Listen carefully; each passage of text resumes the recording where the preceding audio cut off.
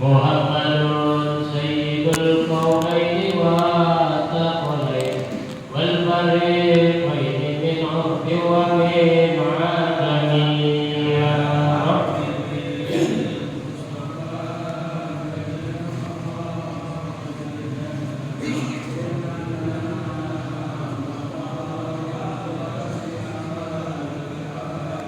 Muhammadun ashraful a'rabi wal 'ajami Muhammadun sadiqul af'ali wal kalami ya Rabbi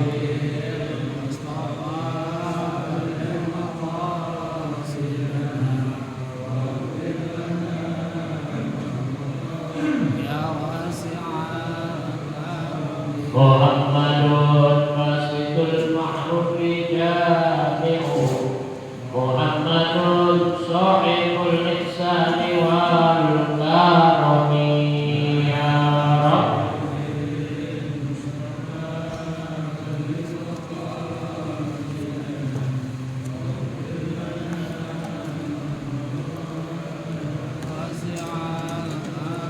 ya Rabbi bil Mustafa ballagh maqasidana waghfir lana ma madha ya wasi'al karami ya Rabbi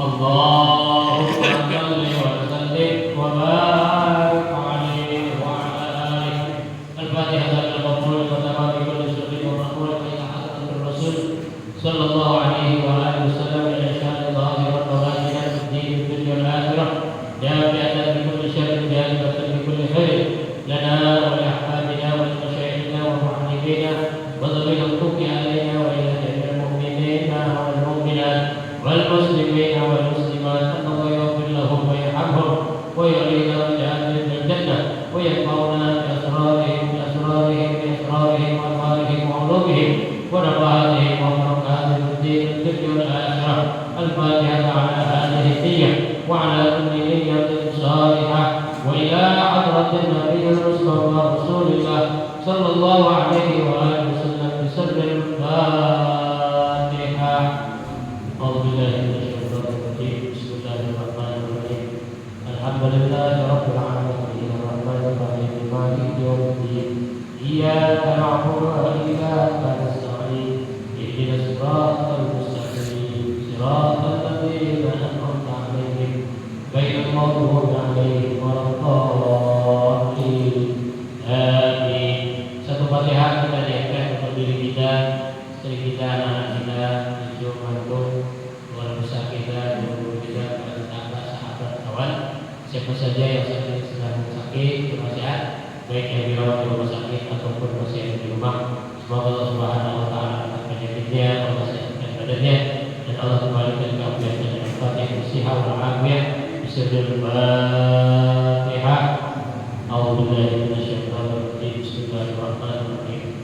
Alhamdulillahirabbil alamin arrahmanir rahim maliki yaumiddin iyyaka na'budu wa iyyaka nasta'in ihdinas siratal mustaqim siratal ladzina an'amta 'alaihim ghairil maghdubi 'alaihim waladdallin. Amin. Bismillahirrahmanirrahim. Alhamdulillahirabbil alamin wassalatu wassalamu ala asyrofil anbiya'i wal mursalin sayyidina Muhammadin wa ala alihi wa sahbihi ajma'in. Subhanaka la ilma lana illa ma 'allamtana innaka antal alimul hakim wa tub 'alaina innaka antat tawwabur rahim. Rabbi shrah li sadri wa yassir li amri wahdini qalbi wasaddid lisani sayyidina Muhammadin sallallahu alaihi wa alihi wasallam. Allahumma inna nas'aluka al-futuh wal munuh wal rusuh wa salahal jasad wal ruh wa taubatan nasuh. Alhamdulillah wa syukurillah ala nikmatillah. Hari ini kita sudah sampai pada tanggal berapa? Sofar 12 Oktober 1445 Hijriah. Insyaallah 1 bulan depan kita akan masuk pada tanggal 12 Rabiul Awal, yaitu tahun kelahiran dari baginda Nabi Muhammad sallallahu alaihi wasallam. Mudah-mudahan dengan segala berbagai macam nikmat yang telah Allah berikan kepada kita, baik nikmat iman, nikmat Islam, nikmat sehat walafiat, nikmat panjang umur, kita masih tetap istiqamah sholat berjamaah, hadir di majelis-majelis ilmu yang dilaksanakan di masjid yang Tuhan ataupun di masjid lain, mushola dan majelis-majelis taklim. Mudah-mudahan ini menjadi bekal kita untuk menghadap kepada Allah Subhanahu wa Ta'ala. Hadirin jamaah majelis sholat subuh masjid yang Tuhan, kembali kita kaji kitab Mukhtarul Ahadits An-Nabawiyah yang disusun oleh almarhum Sayyid Ahmad Al-Hashimi. Selanjutnya hadis yang ke-213, hadis yang ke-214. Ini masih tentang keutamaan orang yang beriman, bahwa sesungguhnya kita sebagai orang yang beriman harus berani mengorbankan baik jiwa dan raga kita. Sebagaimana kata Nabi sallallahu alaihi wasallam, afdhalun nas mu'minun yujahidu fi sabilillahi bi nafsihi wa malihi, thumma mu'minun fi shiddin minasy-syi'ab yattaqillaha wa yad'un nas min syarrihi. Rawahu Bukhari an Abi Sa'id. Kata Nabi sallallahu alaihi wasallam, afdhalun nas mu'min yujahidu fi sabilillahi bi nafsihi wa malihi. Keutamaan seseorang yang beriman, an-nas mu'minun, manusia yang beriman, siapa saja, baik kita, orang lain, atau siapa saja. Yujahidu fi sabilillah, yang dia berjihad di jalan Allah Subhanahu wa Ta'ala, yaitu bi nafsihi wa malihi, dia berani mengorbankan dirinya dan hartanya.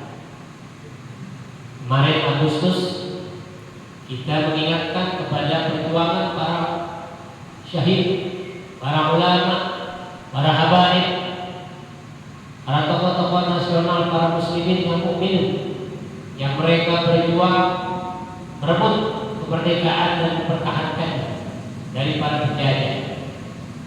Dan mereka berani mengorbankan nafsi, jiwa, dan hartanya. Jadi inilah ciri-ciri orang yang beriman. Dia berani berkorban, bukan hanya hartanya, tapi nyawanya pun dia berani pertaruhkan. Maka kalau ada ungkapan jas merah, jangan selalu gunakan sejarah, perlu juga ada jas hijau. Artinya jangan selalu hilangkan jasa ulama. Dan biar bagaimanapun negara Republik Indonesia ini bisa merdeka direbut oleh perjuangan para ulama kita. Ada Kiai Haji Hasyim Asy'ari, Kiai Muhammad Toha, banyak para ulama yang lain, para habaib. Pantaslah kita sebagai generasi penerus mampu mempertahankan perjuangan para pahlawan ini dengan selalu berani mengorbankan jiwa kita dan harta kita. Harta pada saat ini pun demikian. Kondisi negara kita saat ini sudah seperti yang kita rasakan. Bagaimana kemerdekaan yang seharusnya dirasakan oleh seluruh rakyat Indonesia belum menyentuh kepada seluruh rakyat Indonesia. Banyak warga-warga negara perkampungan daerah-daerah terpencil mereka masih berjajah, baik berjajah karena kondisi alamnya maupun terjadi karena kondisi lingkungan dan penguasa di sana. Maka pantaslah kata Nabi Sallallahu Alaihi Wasallam, ciri orang yang beriman adalah mereka yang berani berjihad di jalan Allah dengan perjuangkan, dengan mempertaruhkan nafsi wa mali, dengan menyerahkan dirinya dan hartanya. Summa mu'minun, kemudian ciri orang yang beriman yang lain, fi syi'bin minasyi'ab, yaitu orang yang bertaqarrub, berkhulwah di bukit-bukit, di antara bukit-bukit, yattaqillah, dia tetap bertakwa kepada Allah, wa yad'un nasa min syarrihi, dia tetap bertakwa kepada Allah dan dia menghindari manusia dari perbuatan jahatnya. Artinya makna bukit di sini bukan berarti kita naik ke atas bukit kemudian kita ngumpet, enggak. Ini kata kiasan saja. Artinya kita berkorban, kita bisa menyendiri, menghindari dari perlakuan kita yang tidak baik kepada orang lain. Itu juga termasuk ciri-ciri orang yang beriman. Oleh karenanya kita untuk bisa mempertahankan nilai keimanan kita, kalau kita belum mampu memperjuangkan diri kita, mempertaruhkan diri kita, nyawa kita, maupun mempertaruhkan harta kita, ya paling kurang kita berkhulwah, kita menyendiri, menjauhi dari orang-orang, tetapi tetap bertakwa kita kepada Allah. Ittaqillah haitsu ma kunta. Takwalah kamu kepada Allah dimanapun kamu berada. Jadi ketika kita dalam keadaan sendiri, dalam keadaan ramai, dalam keadaan sepi, kita tetap bertakwa kepada Allah Subhanahu wa taala. Kita menghindari waya kaum nas, kita menghindari dari manusia yang lain, dari orang-orang lain. Tujuannya apa? Dari perbuatan yang tidak baik barangkali bisa kita lakukan. Perbuatan ini bisa bentuknya ucapan, tutur kata, sikap, tingkah laku, kan bisa baik. Oleh karenanya kita sebagai orang yang beriman tentunya harus kita jaga sikap kita. Misalkan kita kumpul dengan orang, ya kita lagi berteman, kumpul dengan orang, kan kadang-kadang kita suka jahit, ya kita suka jahit mulut kita lah, tangan kita lah, ya apa yang bisa menyebabkan orang ini celaka karena perbuatan kita. Nah kita menghindari. Biasanya orang kalau lagi kumpul suka kegelapasan ngomongnya, kayak sekarang, ya. Kayak sekarang. Ya. Saya sering dengar kalau malam, alhamdulillah, ya. Ngomongnya udah gak enak lagi, ngomongnya udah gak enak. Dia kumpul di antara sesama. Ini juga bagian daripada manusia, dari perbuatan yang tidak baik, ya. Ucapannya lah, kata-katanya lah. Bapak, saudara pasti sering dengar ya sekarang oleh tengah malam kalau ngobrol, ya. Jadi saya ingatkan kepada orang-orang tua yang punya anak-anak yang sudah mulai beranjak dewasa remaja, yang usia-usia SMP, SMA, tolong diperhatikan, ya, tolong diperhatikan. Usahakan kalau sudah di atas jam 10 pulang. Jadi kalau sudah di atas jam 10 dia ngobrol. Kadang-kadang ngobrolnya bukan ngobrol di rumahnya, ngobrol di depan orang. Ini juga kan bagian daripada musyrik. Berarti dia bukan daripada kelompok orang yang mukmin. Maka oleh karenanya kita sebagai orang yang mukmin tetap kita harus mengingatkan kepada saudara kita, kerabat kita, wabil khusus kepada keluarga besar kita. Tidak dinamsi. Mulailah dari diri kita, ya. Mulailah dari diri kita. Kita ajarkan anak-anak kita tentang akhlakul karimah, ada sopan santun, ya, ucapan yang baik, kalimat-kalimat yang keluar dari lisan kita. Ini menandakan bahwa orang ini ya seperti itu sifat, ya. Maka oleh karenanya mari kita jaga rasa keimanan kita. Kalau kita belum mampu memperjuangkan diri kita maupun harta kita, mari kita berkorban. Kita menghindari dari manusia yang lain dengan tujuan agar mereka tidak teraniaya dari perbuatan yang tidak baik dari kita. Hadis ini diriwayatkan oleh Al-Imam Al-Bukhari dari sahabat Abi Sa'id radhiyallahu anhu. Kemudian hadis berikutnya ini tentang tanda-tanda kiamat. Tentang tanda-tanda kiamat. Kata Nabi sallallahu alaihi wasallam, "Iqtarabatis sa'ah wa la yazdadu an-nas 'ala ad-dunya illa hisan wa la yazdaduna min Allah illa bu'da." Rawahu al-Hakim an Abi Mas'ud. Ini hadis diriwayatkan oleh Imam Hakim dari sahabat Abi Mas'ud. Kata Nabi sallallahu alaihi wasallam, "Iqtarabatis sa'ah." Kiamat semakin dekat. Kiamat semakin dekat. Ini barangkali tanda-tanda kiamat. Tanda-tanda kiamat banyak. Tanda-tanda kiamat banyak. Di antaranya ada anak berani kepada orang tua, banyak. Sekarang, belum lama berita TV di daerah mana? Seorang anak membunuh ibunya. Anak membunuh ibunya. Kemarin berita pagi perlu juga berita informasi yang benar-benar bukan hoax, karena ada gambarnya, ada aparat polisian yang menangkap dan sebagainya.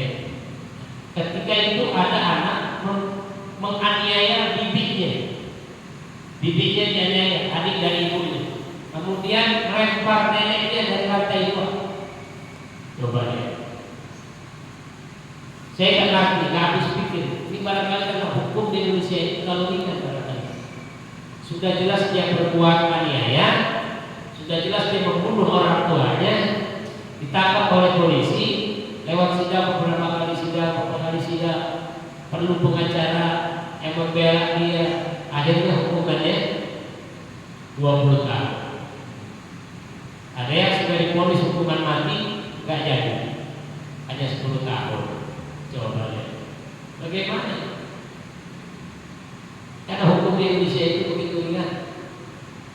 Sudah jelas dalam hukum Islam qisas, hutang nyawa bayar nyawa. Di zaman Nabi Allah Musa alaihissalam, Nabi Musa pernah bercerita kepada murid-murid. Kata Nabi Musa, "Aku akan menceritakan tentang hukum Allah Subhanahu wa ta'ala. Hukum qisas berlaku." Dia ceritakan tidak dari awal, cuma diceritakan saat itu ada seorang anak muda. Seorang anak muda, dia naik kuda, berhenti di satu danau. Dia berhenti di satu danau, kemudian dia turun dari kudanya sambil menurunkan bekal, bungkusan karung dari atas kudanya. Kemudian dia cuci muka, dia istirahat, dia tertidur. Setelah dia bangun, dia lupa dengan bungkusannya. Ketinggalan, dia langsung naik kuda, dia jalan. Tidak berapa lama, ada seorang anak muda, anak kecil, anak usia 10 tahun. Ada anak usia 10 tahun datang ke sungai danau ini. Kemudian dia cuci muka, dia lihat ada bungkusan. Tiba-tiba dia ambil ke bungkusan, dia seret-seret bungkusan, dia bawa. Tidak berapa lama kemudian datang seorang kakek-kakek. Juga mampir ke danau tersebut, menginum airnya, kemudian istirahat. Ketika hendak berjalan, tiba-tiba anak muda yang tadi naik kuda datang kembali. Begitu dia lihat karungnya nggak ada, dan dia lihat ada seorang kakek-kakek, maka dia tanya kepada kakek tersebut, "Wahai kakek, mana karung yang ada di sini?" Kakek itu, "Saya nggak tahu, saya nggak lihat apa." "Bohong, engkau pasti ngumpetin karung ini." Karena si kakek tidak mau mengaku, maka si anak budak tadi membunuh si kakek tersebut. Maka terbunuhlah dan matilah si kakek. Lantas kata Nabi Musa, wahai murid-muridku, apa yang terjadi? Inilah hukum Allah berjalan, hukum Allah berlaku, hukum qisas berlaku. Inilah keadilan yang Allah tunjukkan kepada kita. Anak-anak murid itu kaget. Di mana letak keadilan Allah? Seorang anak kecil bawa karung, kemudian dia enak-enak, dan si kakek yang tak mencuri dibunuh. Ada tahu kasih Nabi Musa kepada murid apa isi karung tersebut? Itulah harta, emas. Itu keadilan yang Allah berikan kepada si anak. Karena muridnya penasaran, maka diceritakanlah oleh Nabi Musa alaihissalam. Kata Nabi Musa alaihissalam, kira-kira 10 tahun yang lalu, 10 tahun yang lalu, ada 2 orang perampok. Ada 2 orang perampok. Ini 2 orang perampok merampok seorang saudagar kaya. Saudagar kaya ini kemudian dirampok oleh 2 begal ini, kemudian dibunuh oleh si begal ini. Nah, si orang kaya ini, saudagar ini punya anak bayi. Anda tahu bayi itu? Bayi itulah si anak yang tadi umur 10 tahun. Kemudian perampok tadi yang 2 orang ini kemudian mengambil harta si orang kaya tersebut, dia lari. Rupanya di antara kedua orang ini ada yang merasa kepengen merebut, menguasai semua harta. Maka di antara 2 perampok tersebut, salah satunya membunuh temannya. Apa kata Nabi Musa? Tahukah Anda siapakah orang yang dibunuh oleh si teman ini? Yang membunuh itulah kakek-kakek tadi. Sedangkan teman yang dibunuh itulah ada anak atau orang tua dari si pemuda. Jadi kisah ini dulu ada 2 orang perampok merampok rumah saudagar. Saudagar ini punya anak bayi, yang bayi itu menjadi usia 10 tahun. Kemudian hartanya itu diambil lagi si bayi yang anak tadi. Kemudian 2 perampok ini, yang satu ini merasa pengen menguasai, maka dibunuhlah temannya. Dan yang membunuh yang kakek-kakek tadi itu, yang kakek-kakek tadi, dan yang dibunuh orang tua dari si anak muda. Maka jelas hukum Allah berlaku, hukum qisas berlaku. Disitulah letak keadilan. Maka ketika terjadinya pembunuhan, nggak usah lagi negara kita ini pakai sidah. Si anak sudah mengakui, ya, anak sudah mengakui membunuh orang tua. Kemarin juga ada yang mahasiswa UI yang senior membunuh junior, sudah mengakui, sudah ditangkap, tapi masih saja melalui sidang, tidak hukuman mati 20 tahun. Selama ditahan 5 tahun berbuat baik, diringankan setiap Agustus, ya, setiap hari raya kalau Muslim, setiap Natal kalau dia Nasrani. Akhirnya makin lama makin murah. Ujung-ujungnya sudah dihukum mati, agak jadi.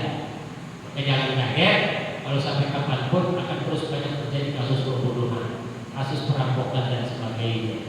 Oleh karenanya ini salah satu iqtarabatis sa'ah. Barangkali inilah tanda-tanda kiamat, ya. Tanda-tanda kiamat. Kiamat semakin dekat, kata Nabi. Wala yasdaduna an-nas 'ala dunya illa husa. Tanda-tandanya sebagian manusia ini lebih cenderung dia mengejar kepada kehidupan dunia. Kejar dunia juga. Dia cari kehidupan dunia.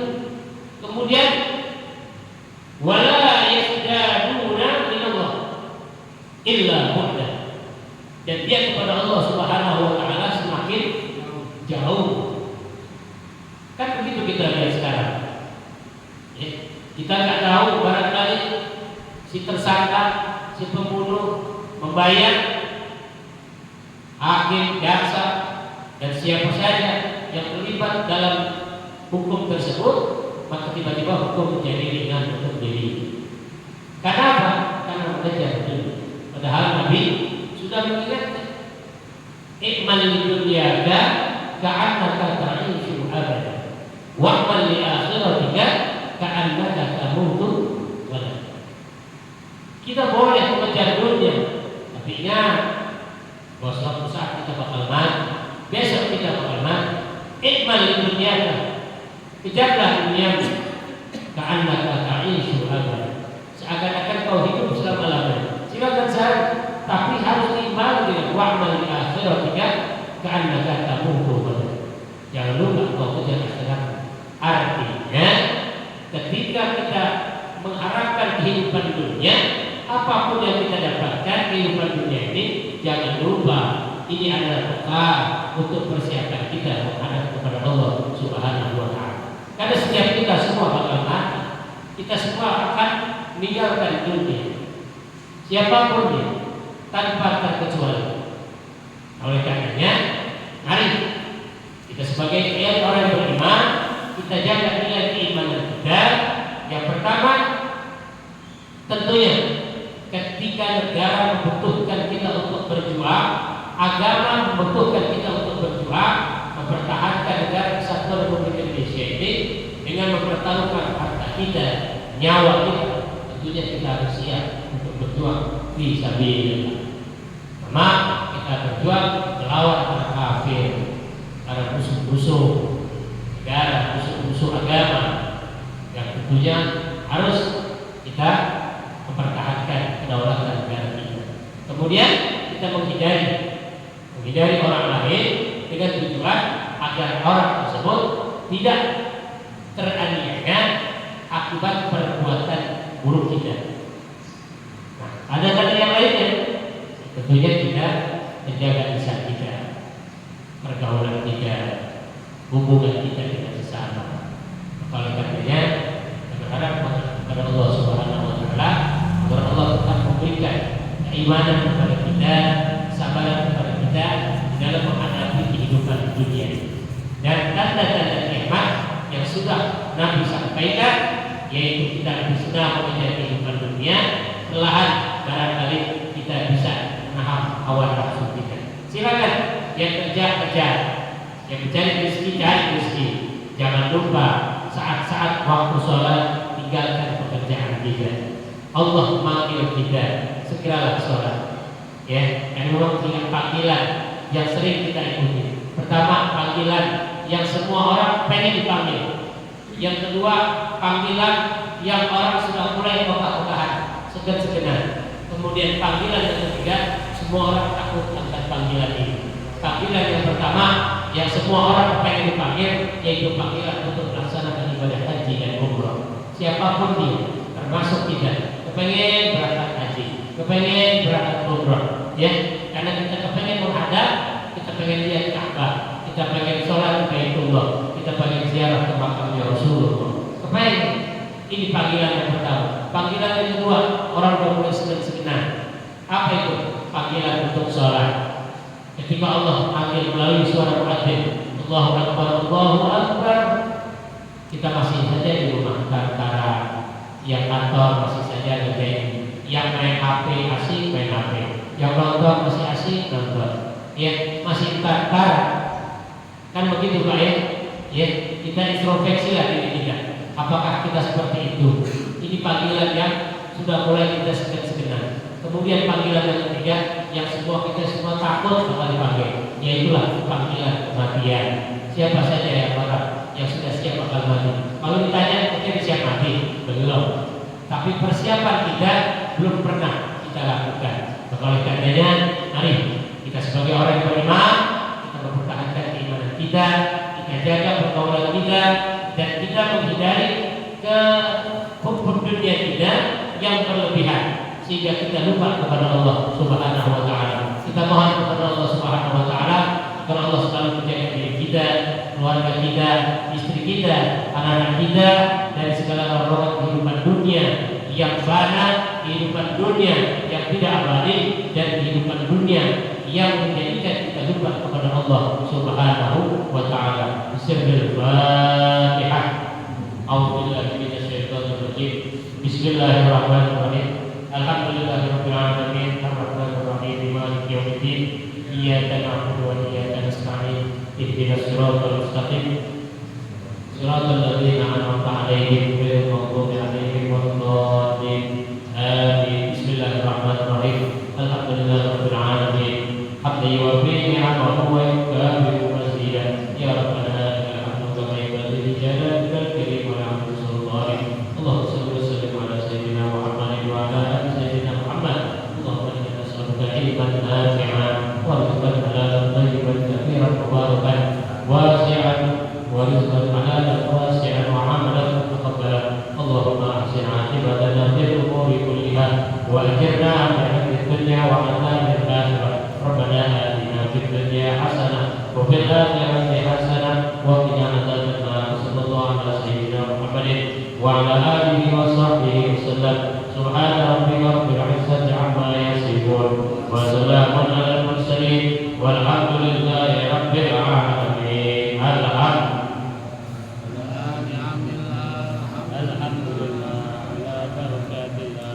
Alhamdulillah hamdan yuwaffi ni'amahu wa yukafi'u mazidah. Walhamdulillahi rabbil alamin. Ya Rasulullah,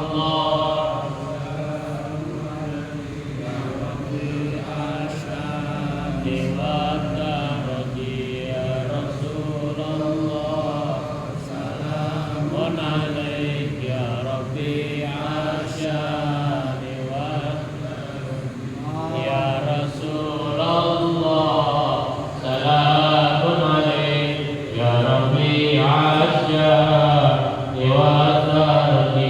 Allahumma salli wa sallim wa barik